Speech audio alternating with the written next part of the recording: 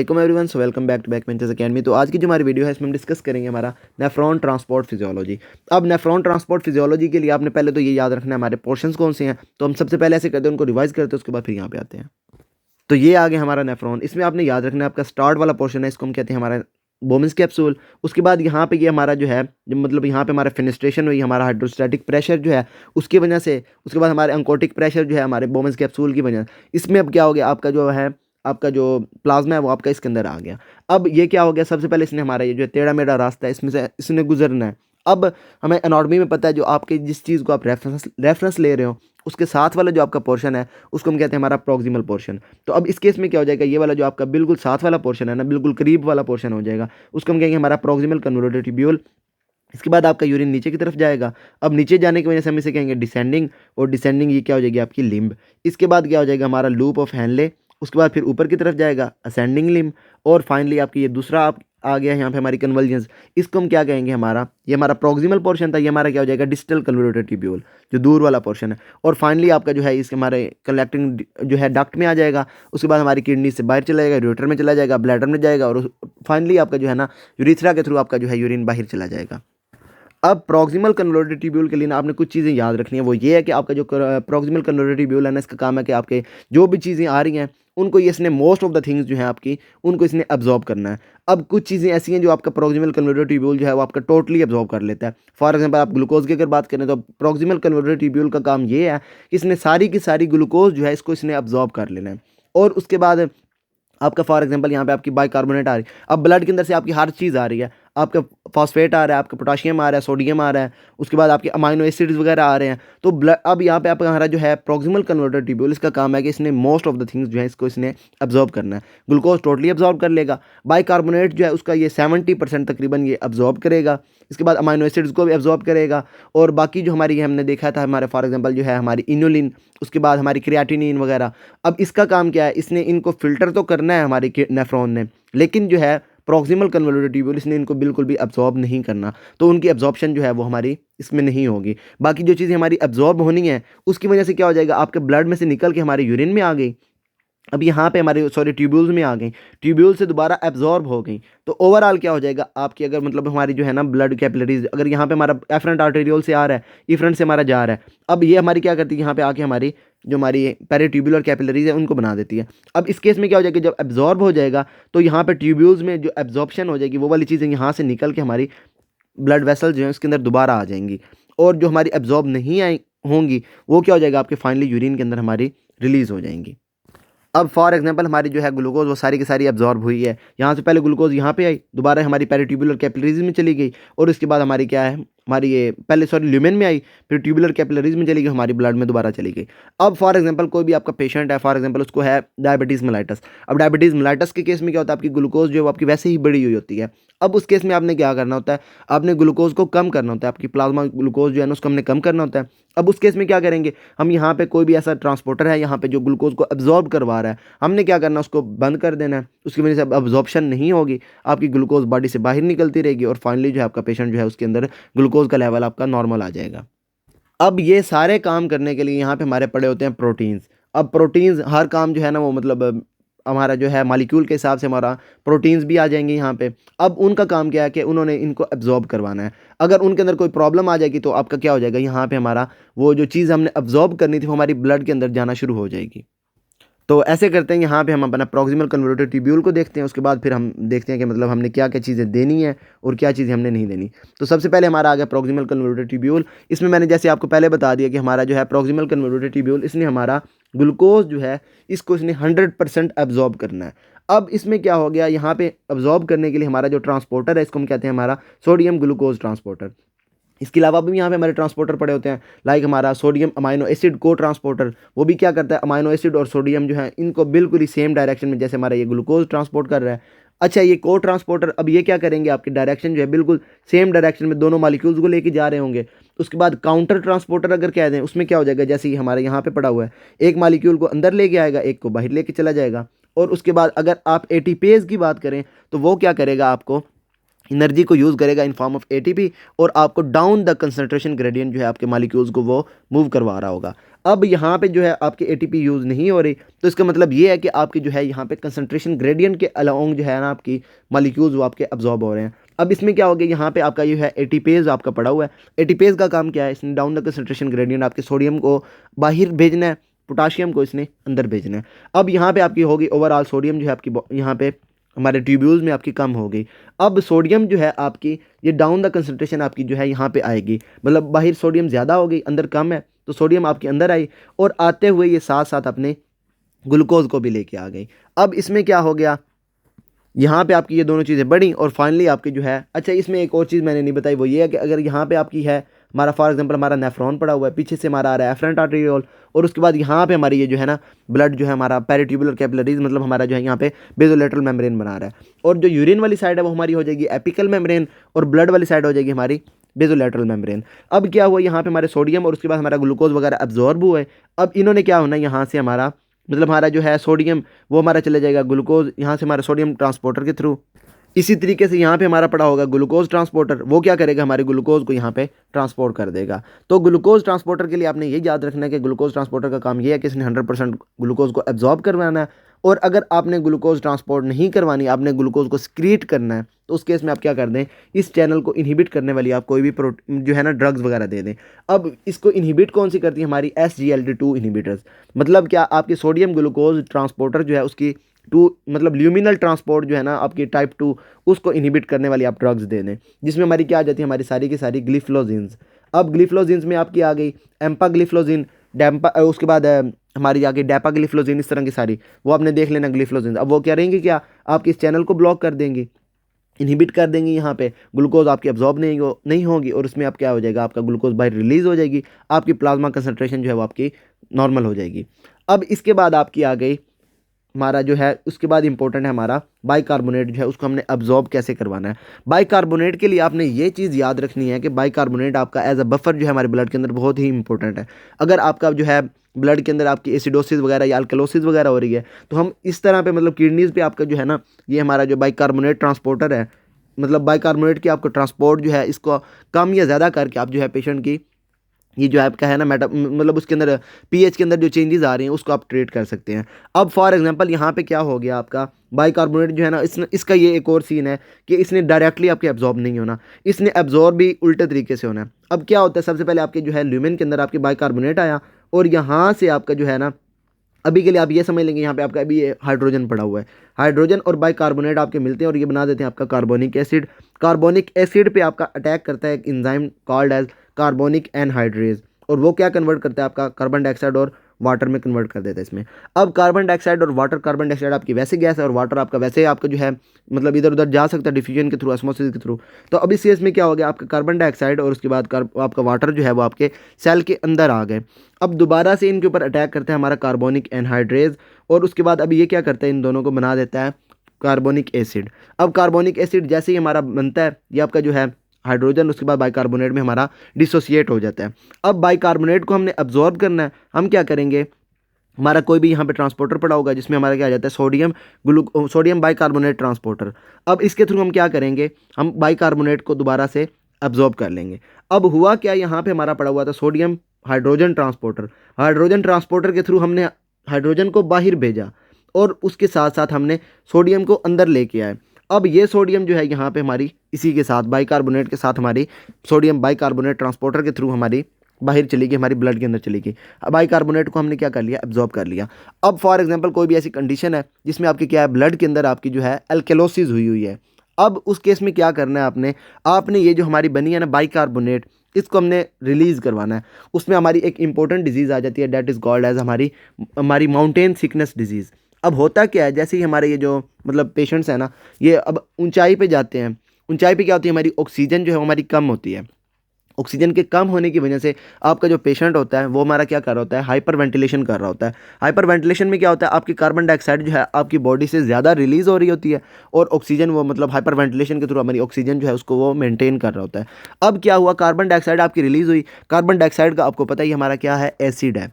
अब एसिड हमारी बॉडी से रिलीज़ हो रहा है थ्रू हमारे ये लंग्स के थ्रू। अब इसमें हम क्या हो जाएगा, हमारी जो है अगर देखा जाए एसिड रिलीज़ हो रहा है, तो अब क्या हो जाएगी, हमारी वो जो पेशेंट है उसके अंदर एसिड के रिलीज़ होने की वजह से हमारा जो ब्लड है वो हमारा हो जाएगा अल्कलाइन हो जाएगा।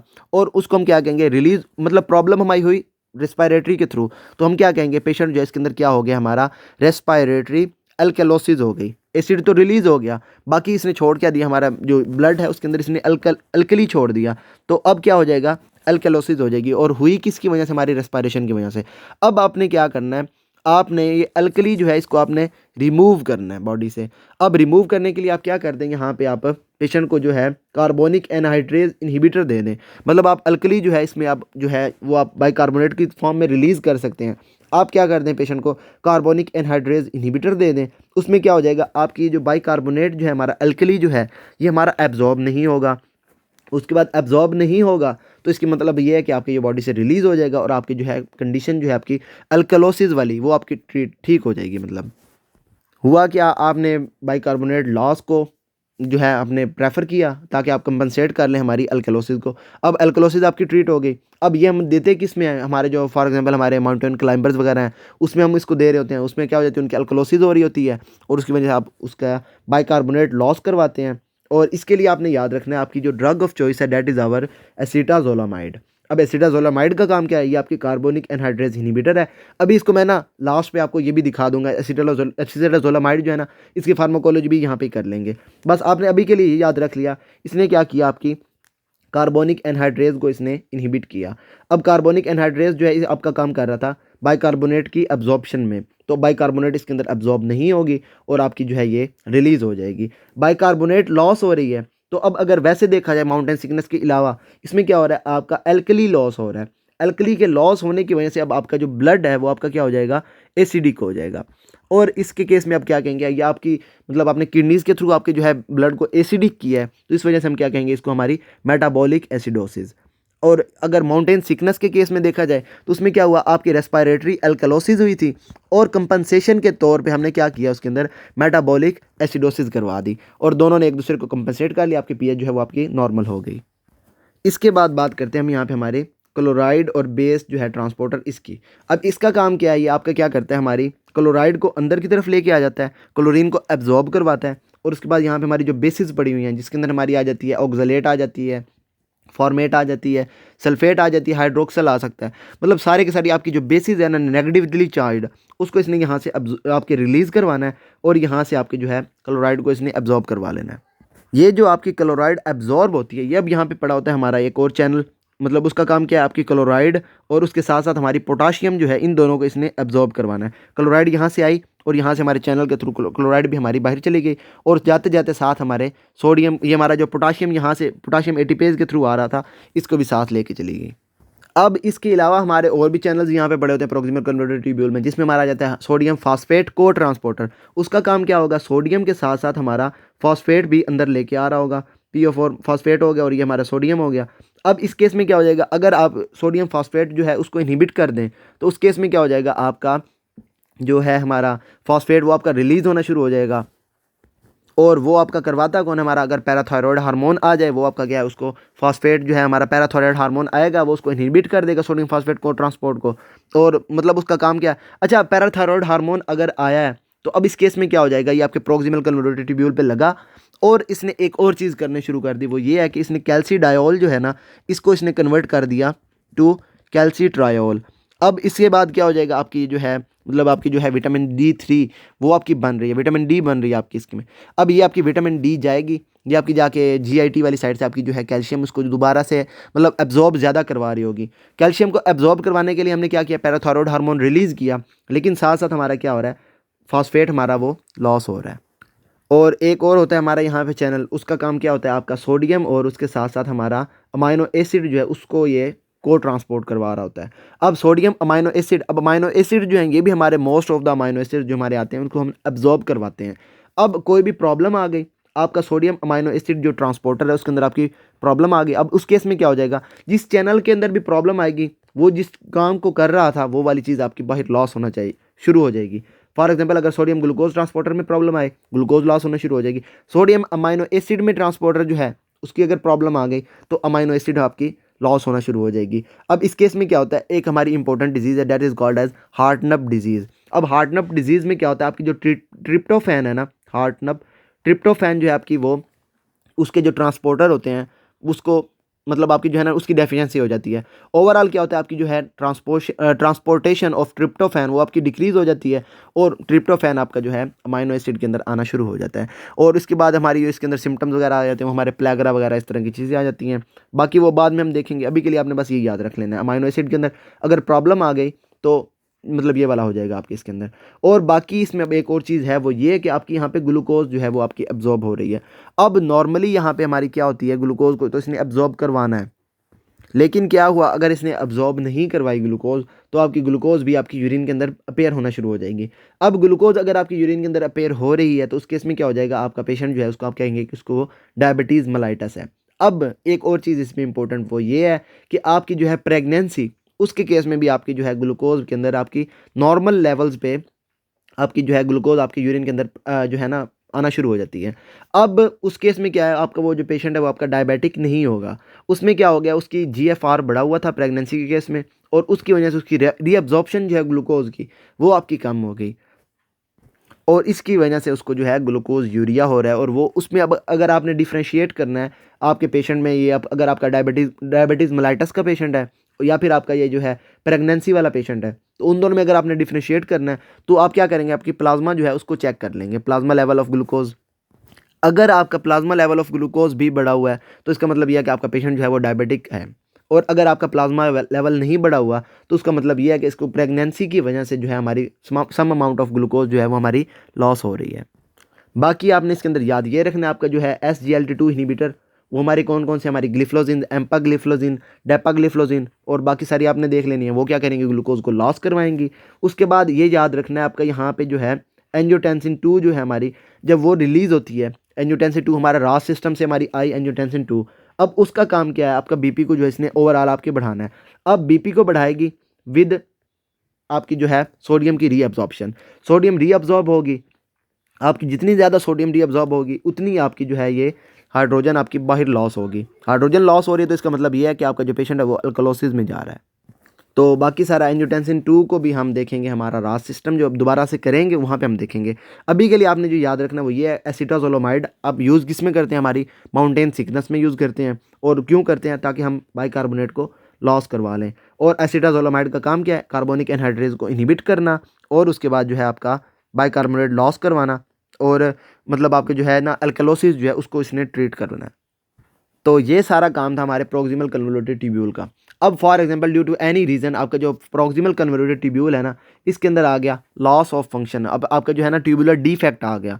तो अब इस केस में जो आपका प्रोक्सिमल कन्वोल्यूटेड ट्यूब्यूल का डिफेक्ट होता है उसको हम क्या कहते हैं, हमारा फैंकोनी सिंड्रोम। अब फैंकोनी सिंड्रोम हुआ पेशेंट को, उसकी वजह से क्या हो जाएगा, उसको ग्लूकोज लॉस हो जाएगी, उसके बाद उसकी बाइकार्बोनेट लॉस हो जाएगी और बाकी सारी चीज़ें, अमाइनो एसिड लॉस हो जाएंगे और बाकी हमारा पोटाशियम लॉस हो जाएगी, हमारी सोडियम लॉस हो जाएगी, सारी चीज़ें हमारी जो है वो लॉस हो रही होंगी। अब फैंकोनी सिंड्रोम का जब पेशेंट आपके पास ट्रीट आप देखेंगे उसको, उसमें आपका आ जाएगा पॉलीयूरिया पॉलीडिप्सिया। वो क्यों हुआ है, आपका जो है ग्लूकोज लॉस हो रही है, इसकी वजह से पॉलीयूरिया पॉलीडिप्सिया आ गया पेशेंट के अंदर। और बाकी जो है इसके अंदर क्या हो जाएगा, आपको हाइपोकैलेमिया नज़र आ जाएगा, हाइपोफॉस्फेटीमिया, फॉस्फेट जो है आपके वो एब्जॉर्ब नहीं होगी, फॉस्फेटीमिया हो गया पेशेंट को और इस तरह की सारी चीज़ें, अमाइनो एसिड आपके यूरिन के अंदर आ रहा होगा उसमें।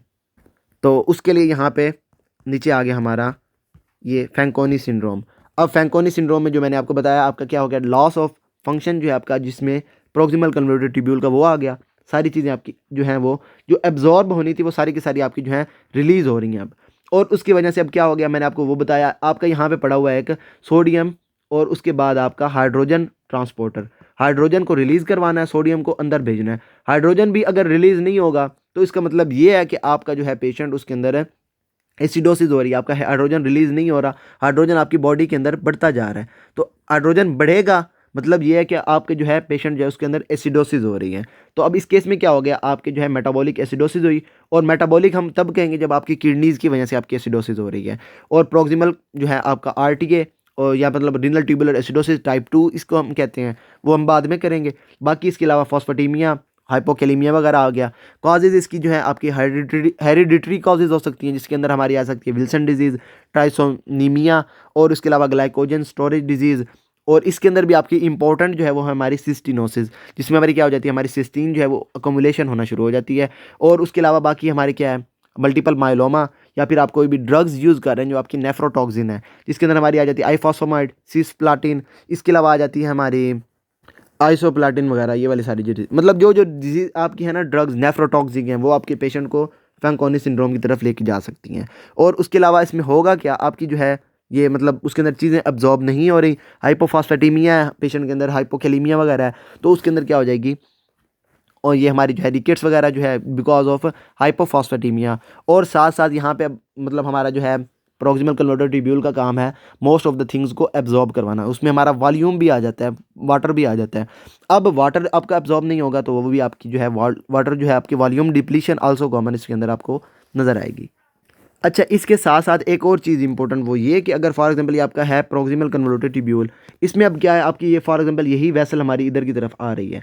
अब क्या है, यहाँ से हमारा ऊपर से आया यूरिन, मतलब आपका ब्लड आया सॉरी, उसमें से आपका जो वॉल्यूम जो है आपका वो लॉस हो गया। इसके बाद अब जो यहाँ पे चीज़ बची वो हमारी उसके अंदर क्या है, हमारी फॉर एग्जांपल हमारी प्रोटीन्स है, और उसके अलावा हमारी ये वाली सारी चीज़ें हैं। अब क्या है आपकी यहाँ पे प्रोटीन जो है as compare to this portion, आपकी इस वाले पोर्शन में आपकी प्रोटीन्स जो हैं वो आपकी ज़्यादा हैं।